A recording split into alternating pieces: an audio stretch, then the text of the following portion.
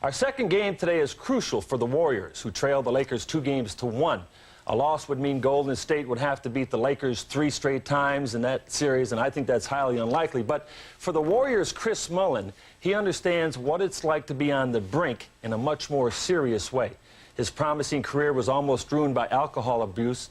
Gail Gardner visited with Mullin this week in Oakland and discussed that rebuilding project in his life. It's stolen by Mullin. He leaves Skiles in the dust. He hurdles over a kite and puts it down.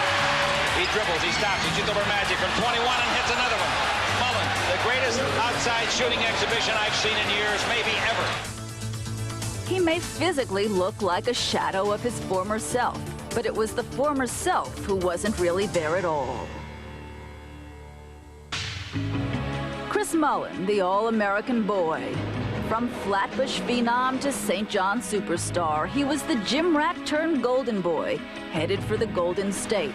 But there was no pot of gold at the end of this rainbow, at least not in the beginning. Besides being homesick, you know, I got here late with my contract. I was like 6 games into the season. You know, we weren't doing well.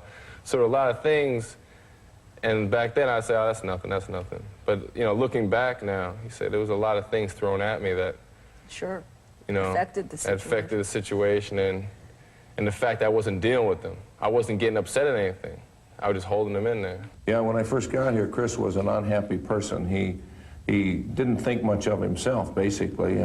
He was a long way from home. He was feeling sorry for himself, and he was overweight. He was late for almost everything. He wasn't prepared to play physically or mentally. Mullin was lonely and confused, but his problems ran deeper than that. He was staying out late, masking his fears and insecurities by drinking, his growing addiction affecting his life on and off the court.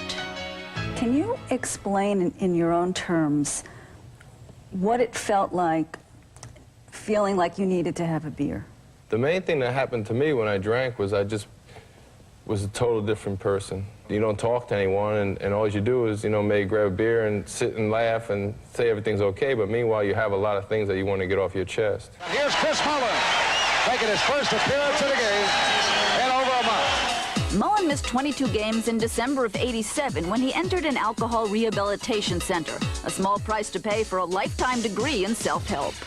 What's the most important thing you learned about yourself? I gotta express myself. I gotta let my feelings out. If I have a problem with someone, I let them know. But, you know, and another thing was, you know, being an athlete, you learn to take on everything one-on-one. I can handle anything, you know? So that was a tough thing, was to say, hey, I need help.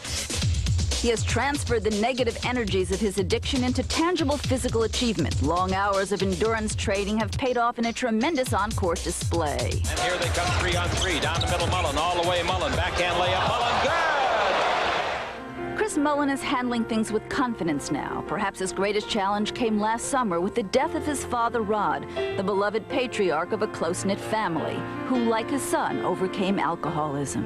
You know, he still means a lot to me. You know, I still talk to him and ask him for advice.